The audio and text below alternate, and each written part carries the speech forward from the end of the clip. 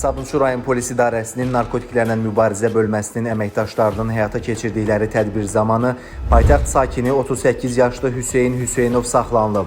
Ondan 1 kiloqrama yaxın kristal şəkilli, güclü təsir edici narkotik vasitə olan kokain, 329 ədəd ekstazi və metadon həbi, eləcə də 178 qram marixuana aşkarlanıb.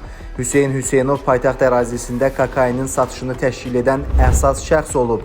O, ifşa edilməməsi üçün onunla əlaqə saxlayanlara özünü əcnəbi vətəndaş kimi təqdim edib və xarici dillərdə ünsiyyət saxlayıb.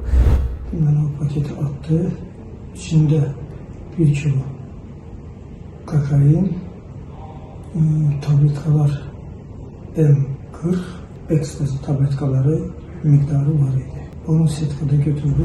Hüseyn Hüseynovun cinayət əlaqələrinin müəyyən edilməsi istiqamətində əməliyyat tədbirləri davam etdirilir.